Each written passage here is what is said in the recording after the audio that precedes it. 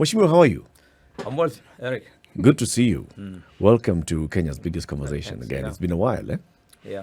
Yeah, it was before the election. Yes. Before your grilling session. I wow. remember. Oh, before that one too. Well, were you here when I was on leave? I think you were.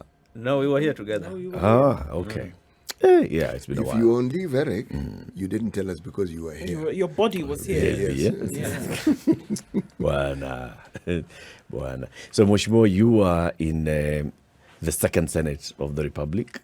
First. See, they say the first one is at 1963. Okay. Is that it? I was like, huh? They're And saying the we- new constitution is the first Senate. Under the new constitution, this is the first Senate. Yeah. You are there alongside Beatrice Elachi, who was also in the same. And when people saw each other, you were saying hello to each other, calling each other boss, chairman, whip, boss. Okay, sawa. Both of you are here. Before you went to Senate, you had also served in the National Assembly. And those were the Kibaki years. So you are in a National Assembly that had one president. You are in a Senate that had a different president. And now you're here as an elder statesman, witnessing a new president taking office. We are here to talk about the differences that we've seen with those presidencies, and then what we expect to see into the next president. Rigathi Gachagua, the deputy president-elect, is about to leave Karen, heading towards Kasarani. The president-elect also will be leaving Karen shortly, heading towards Kasarani. After that, they move to State House and Karen, respectively. That's where the residences will be. And their offices, perhaps. If you look at what Uhuru has done, he has operated mostly from State House. Good thing or bad thing? Bad thing. Why? I remember one time Beatrice was there. We had a meeting, a parliamentary group meeting with the President Uhuru. And I remember telling him that he's probably the most inaccessible president this country has ever had, because he was always holed up in the State House. And if leaders wanted to meet him, it would be very difficult. That's the wisdom behind having Harambee House office. That's where the president should roll up his sleeves and be working. And Kenyans, leaders and even other state officers, the public should have access to him so that, those who are by law required to report to him, those whom he's required to, speak to in terms of their performance and so forth. And leaders who also need to interact with the president, particularly the political leaders. And this is where there was a huge disconnect between the political leaders who supported him and the president, because you need to, there are certain pledges that have been made when you were campaigning together by the people, for the people, and you need to meet the president. You need to apprise him of what's going on in your area. You need to, but State House is not a really accessible place. You can only go there by appointment, and even then, it's not easy to get an appointment. You can ask any leader in this country how many times you've been to State House. It's probably when there is a meeting called by the president himself. That's probably the only time you'll have, unless you're in one of the kitchen cabinets, if you will. But very few, again, in terms of Uhuru's style of leadership. You would find it hard to know which political leader would be his kitchen cabinet. Were always mostly people outside the political leadership. So that disconnect allowed his deputy to outshine him, because the Harambee House annex was always available. At any time you walked in, you didn't need an appointment. You just walk in. MPs are always there. And he sees anyone who walks in. So I think that accessibility for a leadership is also important, particularly in a country where politics plays a significant role in their lives. Ask this question, Mheshimiwa. But now that was the role of Dr. William Ruto as the deputy president. Now, as the president, is it possible to do the same thing? To be as accessible as that. Accessible as you was. Every time you're sitting at your waiting room, you're walking out of your waiting room, there are 15 people all wanting to see you. Absolutely not. He cannot do what he was doing when he was the president. But he can do a lot better than what Uhuru did in terms of accessibility. And again, you see the lifestyle of the individual also makes a huge difference. I know, I've worked with these people. I mean, when we were in Kano, in the opposition together in the first parliament in 2003, William Ruto is someone who is up at 4 a.m. At 6, you'll be seated in the office.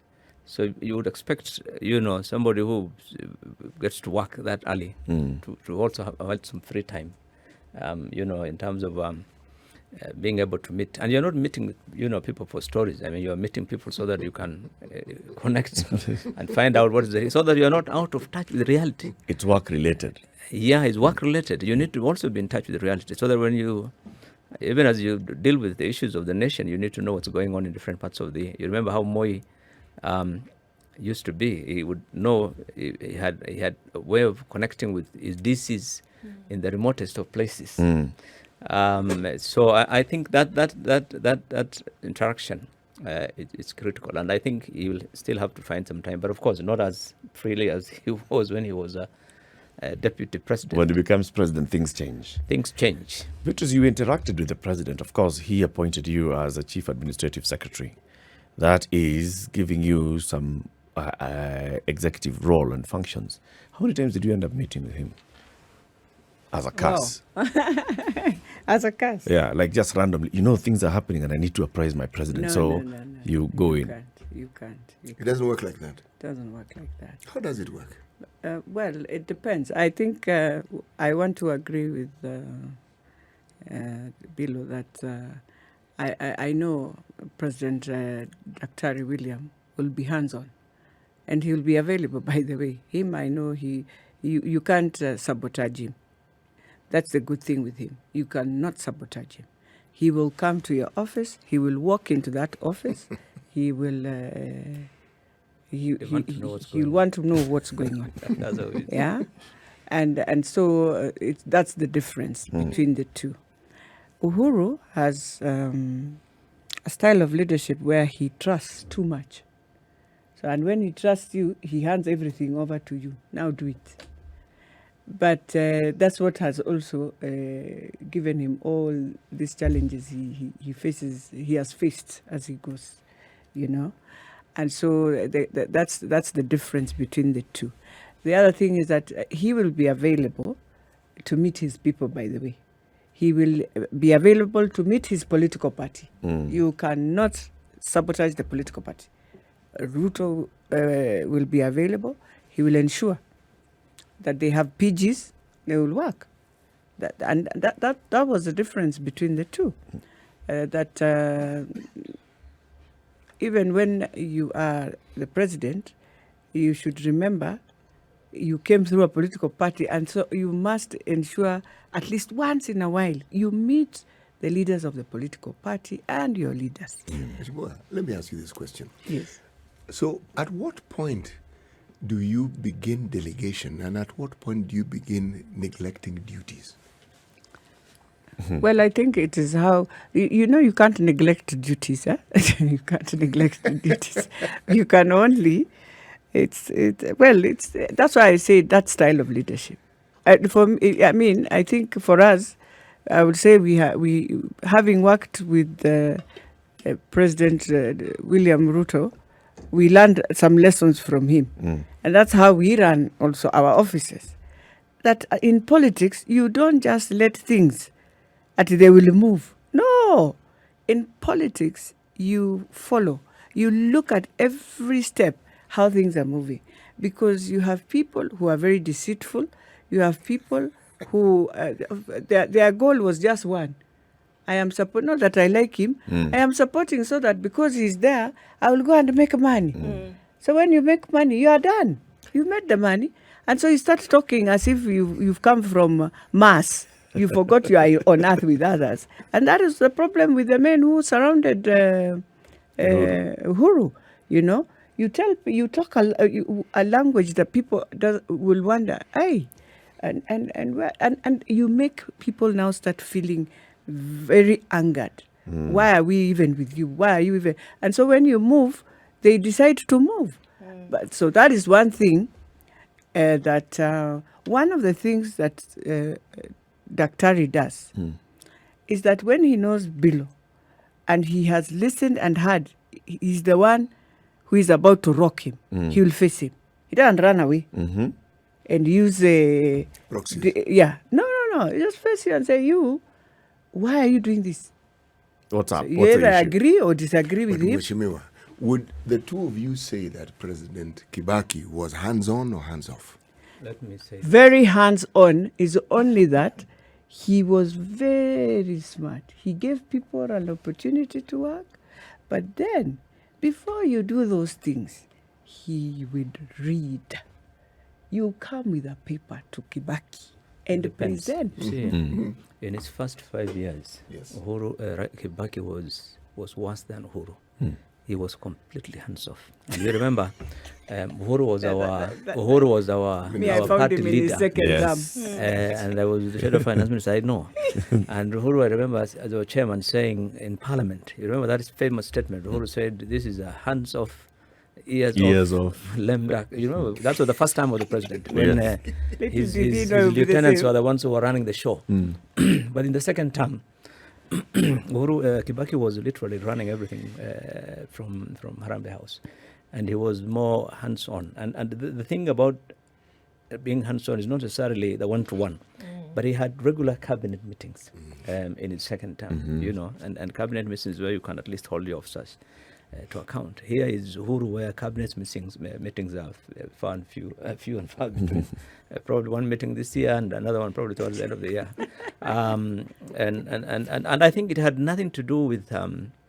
I think the question you asked about delegation. Yeah, you delegate. Delegation is part of management, you know. But I don't think for Uhuru it was delegation per se. I think he just wasn't available. His time was largely taken up by his own social lifestyle, if you will, and so he wasn't So he wasn't available for the job. readily available. Yes, to hold. You know, when you delegate, you need to be receiving reports, you need to be- and, because ultimately you're still responsible. Mheshimiwa, you are here to be saying that in addition to his duties as a president, he had other competing duties.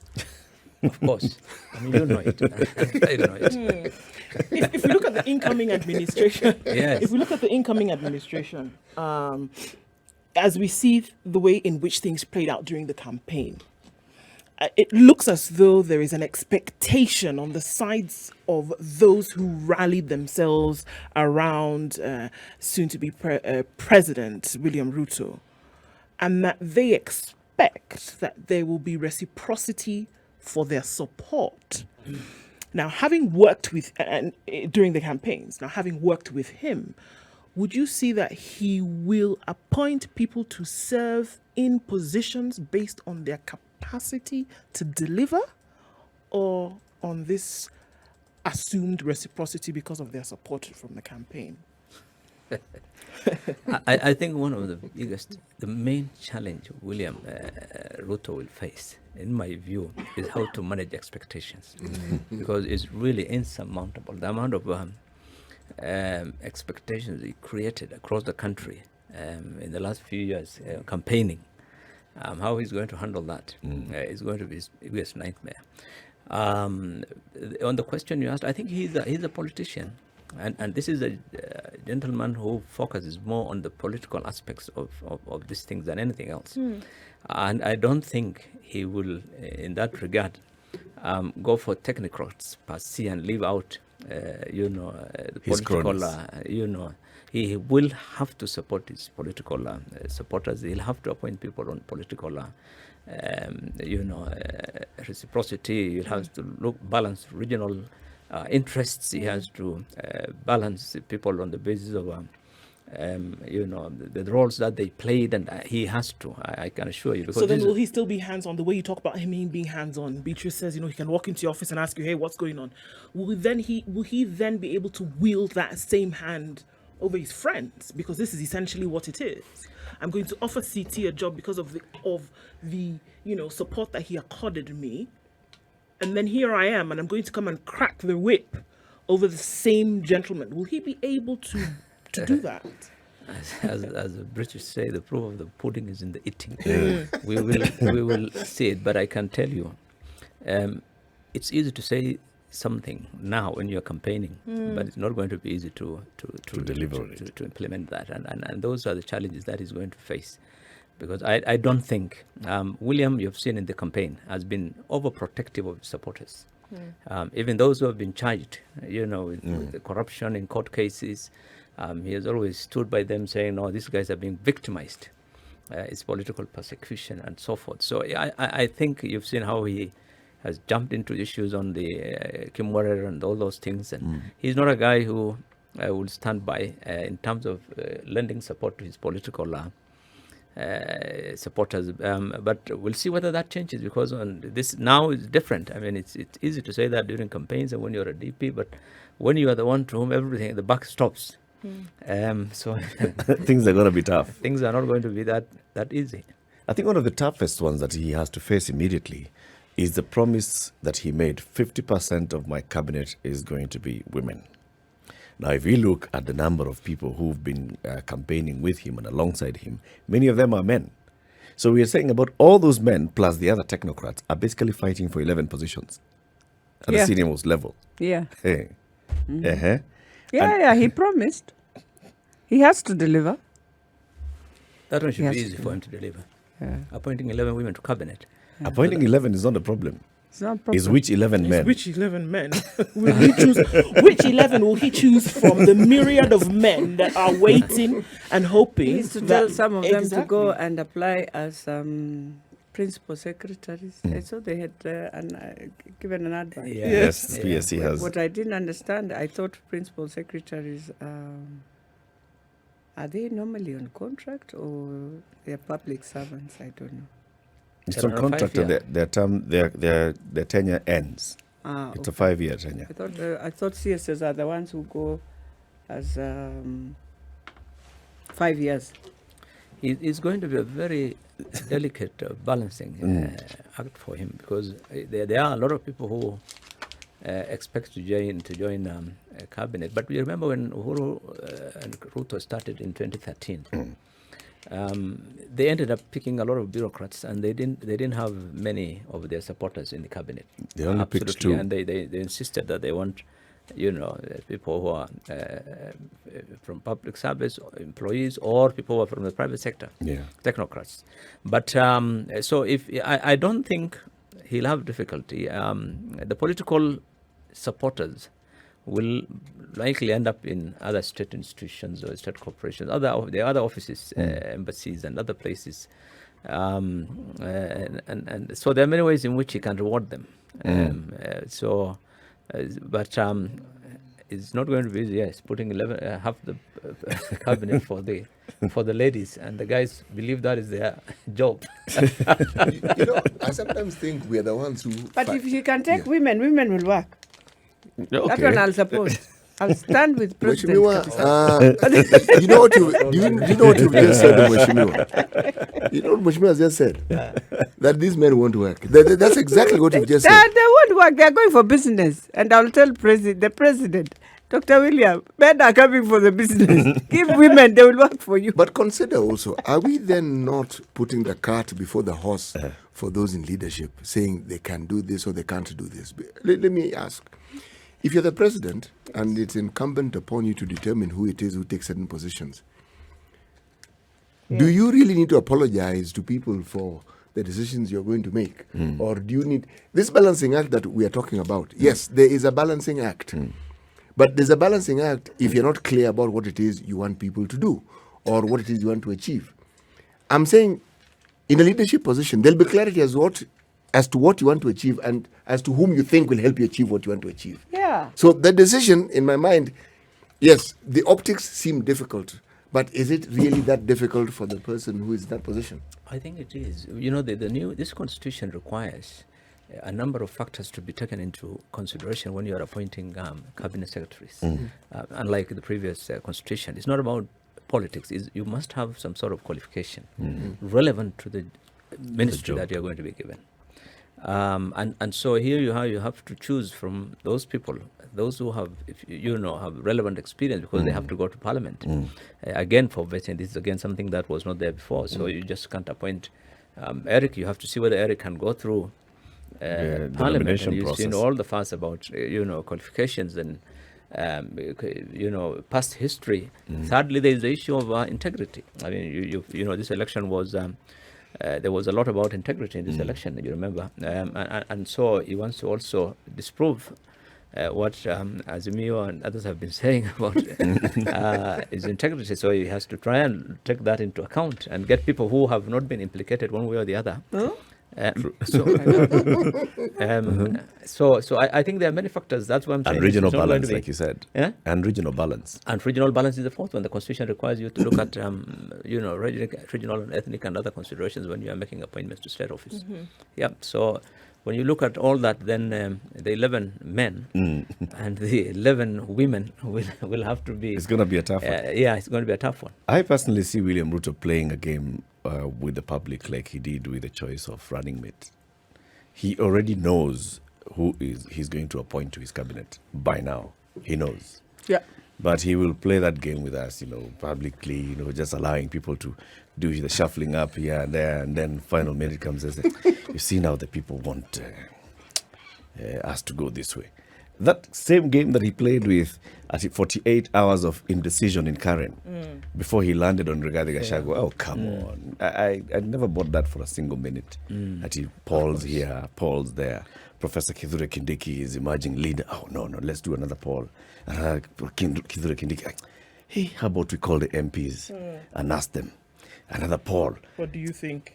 You too. Why don't you agree as gentlemen? Eric, they don't agree. Eric, what you've just spoken, what you've said in many words, is that the deputy president, the president-elect, and soon-to-be president understood public participation.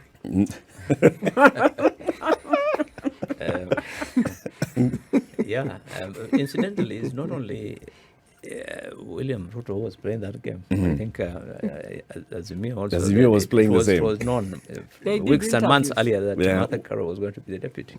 So these interviews were just a farce. But certain it's things. good to do them. It's a PR number one, but two, it's not. They're not doing it for public participation, but it's more of a PR, like you said, to try and convince Kenyans that they have really gone out of their way to look at But all I think options. as president, I will allow him to choose who he wants. Reasons are, Uhuru did the best he could do, and look at how they performed, and look at how they plundered him into a lot of challenges. So for me, President William Ruto should choose who he feels, first of all, is loyal. Let me now start from there. Loyal. And this loyal person must work, but must work also like a politician, so that you understand the ground. Eric, loyalty breeds psychophancy. Exactly. And we've seen quite a bit of that even in Uhuru's last 5 years. I don't think that's what we want. We've seen it during Moi, and we don't want. We've seen zero to psychophancy during the time of Kibaki, and the performance was better. You only need someone who really needs to hold people to account, and you need, that's what is important. Leaving people to do whatever they want. Hands off completely is what would put this country in trouble. But I think the new president may overlook some of the 4 items we mentioned. For example, he has control of both houses of parliament. So I see a situation where he would probably not put a lot of emphasis on the issues of integrity, No. especially if there has been no conviction. Yeah. That Beatrice has been mentioned in some report of the Auditor General. They might, if there's no conviction, they would argue that's not, ground for not appointing Beatrice into the cabinet. Yeah. He might look at that, and he might also, because he has the House, the Parliament, to approve all those. Parliament is where those requirements can be put to test. Yeah. That's where you don't rubber stamp. Unfortunately, in the 5 years of Uhuru, the Parliament became a rubber stamp, literally.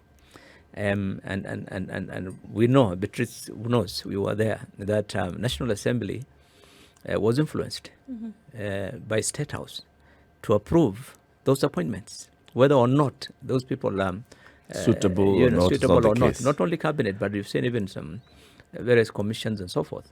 So I think that is the sad thing. And then, you come around, and the one I can remember most, was like Chebukati, you remember?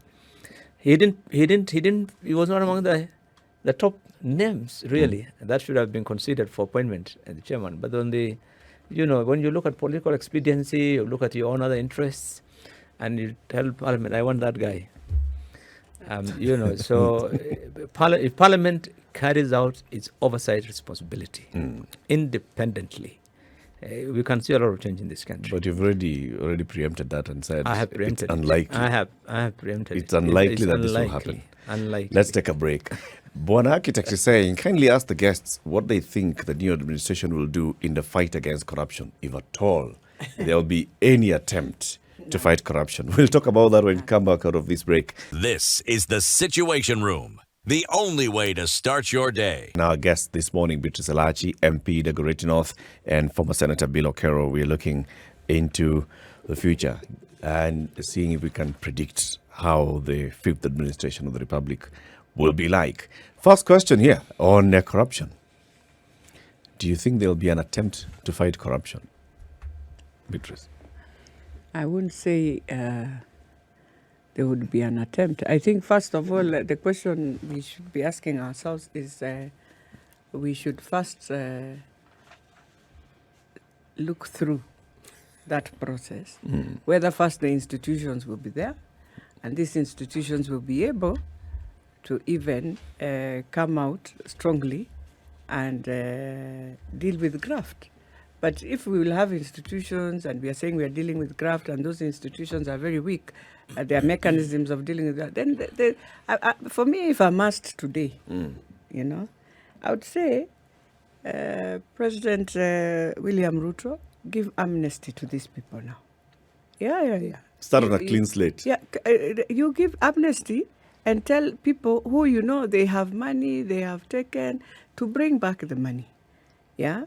And if you have their properties in asset recovery, it is time you give back some of those, because some of our houses of people were start on a clean slate. Then we say, No, after 6 months, you are got in corruption. How do we deal with you? Because we don't want to deal with you. In 5 years, you are still there being dealt with. And you stole, you finished. And that's what has been happening. And it became a thorn in the flesh on themselves again, with Uhuru trying, but could not do anything. He realized you can't even touch. When you touch your community, and it goes uproar on you. So how are they going to deal with it? And as I said when I started in the morning, and I know BILLOW is not here, I said, we are in Jubilee. Don't give us, these are just names.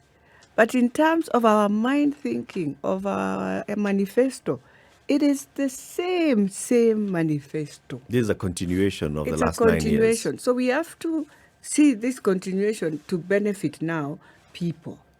And we should not question so much some of the things. So for graft, many people felt that the regime of Uhuru decided if they want to deal with you, they bring graft. If they need you, you come closer to them. So you can't fight graft like that. I mean, surely, the best we can just tell ourselves is, can we have an amnesty of 6 months, start this thing afresh, tell every Kenyan who has something outside there, bring it back home. BILLOW was shocked when you said amnesty. I know, but instead of hiding the word amnesty, that's what is going to happen. Because by tomorrow, I know, I don't know, but my mind is telling me, my mind is telling me, the first stop will be at the DCI. That's what my mind tells me, how I look at things. It's not your mind, is what the president-elect said. First person. Day after swearing is DCI. Yes. ESCC. So when you go to DCI, then you go to ESCC, then you need to ask yourself, as I go there, am I going to re-energize as I clean? Because you'll clean first. Yeah. So as you clean, give amnesty also for the cleaning. So that these institutions are clean, amnesty is there. You as a Kenyan, if you know you have stolen money, Yeah, let me tell you. You see, You actually see them returning money fast. What no, they won't return the money. But I'm just saying, give an amnesty, because in what you're doing is like you've already given that amnesty, to be very honest. Because what you're saying, every Kenyan who was taken to the anti-corruption was a Kenyan that had not stolen, mismanaged, or done anything. And so all of them, you want first of them to come out of this institution. You want people to get back their properties. Aren't you giving already that amnesty? So if it is better to now just use straight the law, Yep. amnesty for 6 months. After that, if you are found going to EACC, don't question Daktari. It's a good thought, but what possible reason or what possible pressure would you have if you're the president? You control both houses. So legislation, the decision-making process is at your behest. You see, let me explain why I'm taking this train of thought. I'm looking at ANC, probably Africa's oldest political party. 1994, they just fall short of a two-third majority, 62% of the vote. Okay? Yeah. You give it 20 years. That was them 20 years. You look at the rating and the voting dropping. In 2021, they got below 50% for the first time. And they lost major towns. It had been coming. But it was because of mismanagement, of graft, and everything that you can think of. Other parties that nobody even gave any time of day started gaining prominence. Now I'm saying, there is a trap and there's a problem when you have that sort of majority. Because the check and balance that ordinarily would be there would not be there. And if you know our Kenyans, forgive me for saying this, but I'm going to say it anyway, you politicians, and the wind capacity that you seem to have, moving in whatever direction the wind blows, even when it isn't blowing, you still move in that direction. When somebody has that amount of power, it isn't difficult to tell where the politicians will lean towards. You don't even need to coerce people. But you see, when you're doing your campaigns, if you want to now stand and uphold and swear on the Bible, when you were campaigning, what was your message? Your messaging was one, that Kenyans were victimized. Kenyans, those who were taken to court, were not just taken to court because they had done what they have done, but it was because they were not supporting government. So we changed the narrative that this is It wasn't a fight corruption against issue, corruption. It was a fight against individuals. and made it that you, because of being in the anti-corruption, it's because you are fighting government. So you come on our side, we will safeguard you. Actually, it's not So you because have you're to fighting. It's safeguard. because you're supporting me.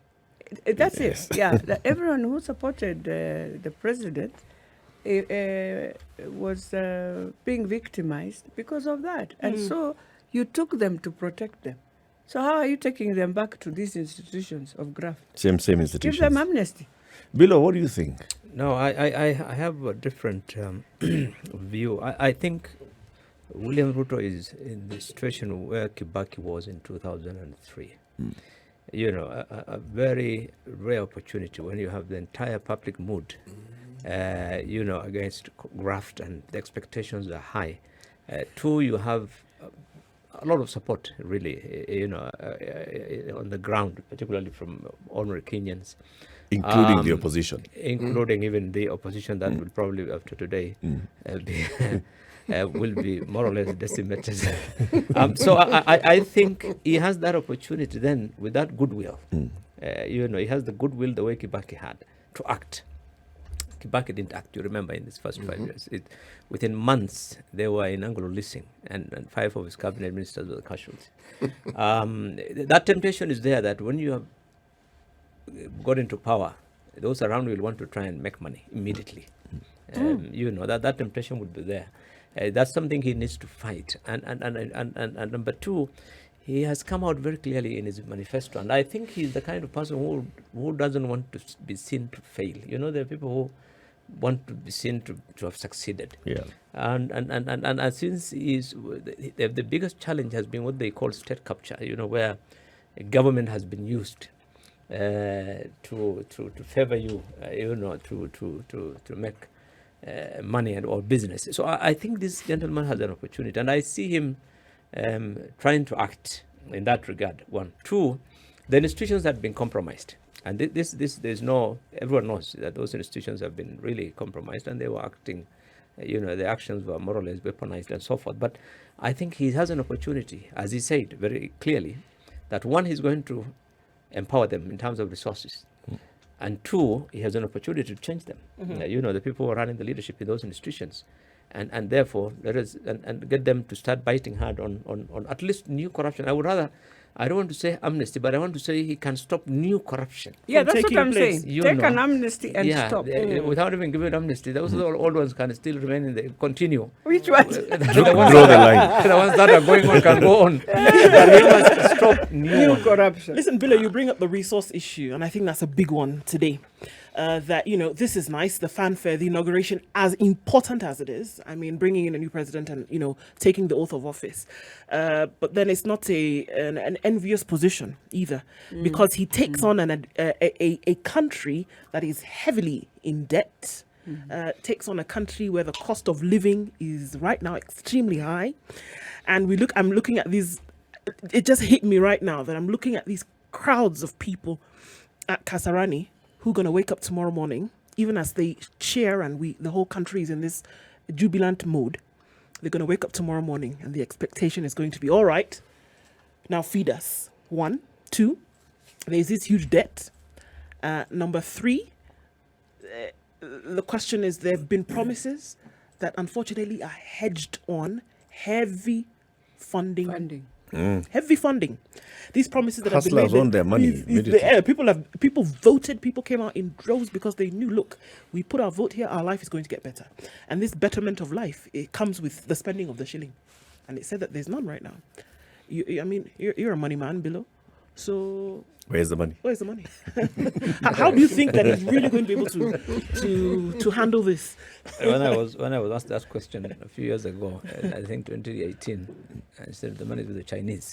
But if you look at my article today, that's the heading. It says Kenyans need food on the table right now. Yes. And I think tomorrow, let's start from tomorrow. When he reports to office, he needs to do something with the fuel. Because if that subsidy goes, Kwisha. you'll be at 200 shillings a litre plus. In fact, I'm told that things like diesel is almost 66 shillings. The subsidy is 66 shillings. So that will take it over 200.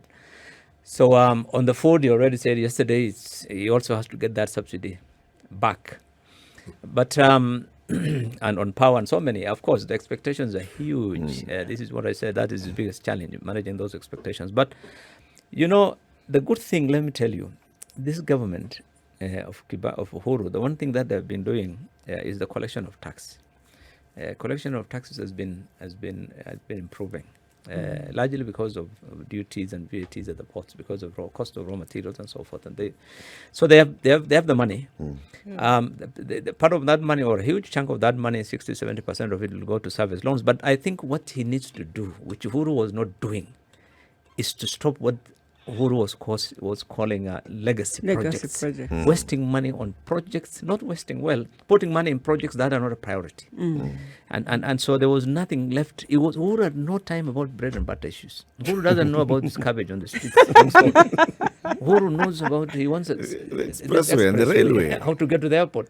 Yeah. And Kenyans can't afford the 300 shillings that it takes to go from JKA put to up Westlands. a port, 50 billion shillings in Lamu, which is a white elephant. Well, that was put railways, by that's Kibaki, you guys said is a road to nowhere. The thing is, the whole thing about revenue, the governments do not have the mandate to tax people the way they want. You tax as the people want, and that is why Parliament is there. You remember when we were in school, those things about there's no representation without tax, there's no taxation without representation. The essence of tax is you collect the amount that the people want to pay, so that they can remain with something in their pocket to run their lives. But when your representatives have given up on that, and they approve every project that comes, and then so the expenditure was huge. There was a huge budget deficit. The government was borrowing because of that budget deficit. So the one thing this guy needs to do is say, stop expenditure. I don't want those roads and those things wait. Let us put food on the Food table. on the table. Yes, let's provide water. Let's provide medicine. Let us deal school fees. People can pay school fees. You know, he can. If he does that, then he can raise his 50 billion for the Hustlers For the Fund. Hustler Fund. You know, you can do all those little things. But if he says, I want to complete Big Four, which he's been saying, he's going to be in a doldrums. I can tell you that. But, the- Billow, yes, I agree with what you're saying, but have we not complained to the point of getting hoarse that the problem may not even be, yes, the projects are an issue, but it's what they eventually cost us. Inflated. Yes, and also what we call crony economics and just crony politics, where you have people around you and there is this incessant need to have them benefit from the system. And we know what that amounts to. So even with those good intentions, the moment you throw this in, the money may even be collected, but where on earth does it go to? Yes. Yeah, we need a government. What you're saying is we need properly functioning government, Yes. not a crony state. Yes. You know, what we have seen in the last few years of this administration is Crony. dysfunctional, totally dysfunctional. Yeah. I mean, especially the last 5 years. I mean, you had government that was pulling in different directions. So with the deputy and some team on one side, and the whole 5 years spent on fighting. You know, I mean, that's not running. I a hope government. it will never happen again. Yeah, that's so. We need a government, is a very government wrong. that runs, Very wrong. not a government that's there to serve an individual. Kibaki said, government is not there to serve. I mean, people are not there to serve government. It is government that is there to serve the people. I think if he does not bring back that culture of government, an I know. efficient system running, Efficiency. he can say all the big words, but we'll be, after 5 years, back to where we were. Has he ever is said it a anything that challenge would with- show you that he's actually going to do that? Not what he said as much as what I know about the gentleman. You know, I've worked with all these guys. I work with all these guys. But let me tell you, he's a worker. He's different. From his style is Yeah. completely different from this gentleman. And he's a guy who wants to get things done. And he can be impatient if you don't get things done. And and he wants to be seen to succeed. He's not a guy who wants to Fail. just take it in stride that it doesn't matter what you call him. Uhuru, you can call him until he left the social media. You guys were calling him everything. But a Jambazi government, or you guys used to run things. But I don't think this guy is sensitive to those things. And so I would think he would be different in terms of his the way he would run his government. But that does not mean we don't need that accountability. We still need accountability. We need oversight. We need more pressure. In this country we have survived because of all that noise. The media, the parliament. The last few years, media went into bed. The government, parliament went into bed with the executive. Everybody went aboard. Now it's we like all boarded. everyone will go to bed. Even judiciary might go to bed. But then what we need to ask ourselves is just one. The size of the bed. No. If the president himself would wish to reorganize government, the first thing he has to do is, if you're a policeman, go back to your work. If you are a DO. DCI guy, go back to DCI. If you are a military guy, go back to the military and do your work within the arms that you work in. And so now you reorganize back the civil service, which is also in a lot of dysfunctional. Why? Because of you just carry someone from this side, you bring to lead. And what they normally do, they won't talk, but they will just sabotage you slowly by slowly. You'll have endless meetings every day. People explaining to you this, they go, you do the minutes. So by the time he's expecting you to perform, you have been in 3 months meetings. You have never gotten the answers of what you want. So I've realized in Kenya, by the way, these institutions are not, it's not government, it's me. If I want my ministry to function, it will function. It will function and we will deliver.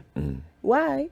First of all, you have to be very, very, you must understand your people, understand the team, learn how to appreciate that team. You are strict, yes, you want you want to ensure you deliver, but learn this team and accommodate this team. And then from there, even if you work in any office, people will appreciate.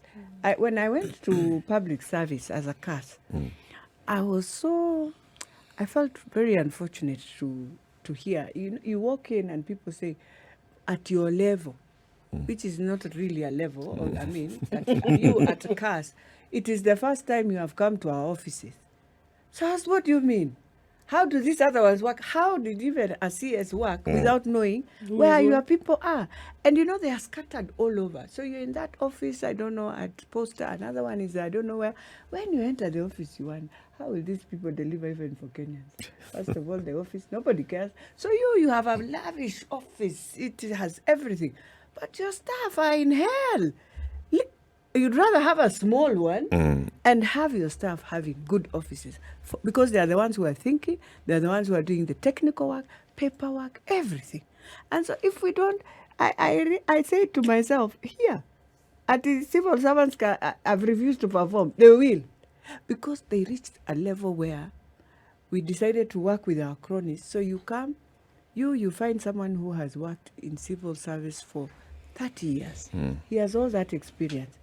You are becoming their boss and you have zero experience. Yeah. So you are coming in and they have to explain to you everything. But you are their boss. I said, no, we have to stop that. There must be a level where civil service has to go as civil service. Yeah. And they knew very well their last stop was public service, was permanent secretary, a PS. So leave it to them that way. Let them Create grow other up. advisory arms where you put in these politicians to advise you politically. This is not happening on the ground. This is happening, whatever you want. But let this civil service work as it is. And don't bring people, because now these ones are incompetent. Yet they are not incompetent. It's only that they decided, after all, I'm doing 10 papers. My CS arrives to the president and says, Your Excellency, my ministry has done. You don't even appreciate. You don't even say there was a team here that worked on this. and so they decided. That's why now you bring in the military. You say that now the military will perform because you have killed yourself the spirit of these ones who used to perform. Our It time has to is up. stop. Our time is up. It's coming up to 10 o'clock. Thank you very much, Waheshimiwa, for joining us today. Come again, now that we begin this new journey of the fifth administration. So we'll be looking at what they promised, what they're delivering, and what they're not delivering. Waheshimiwa BILLOW KERROW is a former senator for Mandera, and Beatrice Elachi is the newly minted member of parliament for Dagoretti North constituency. Been here with us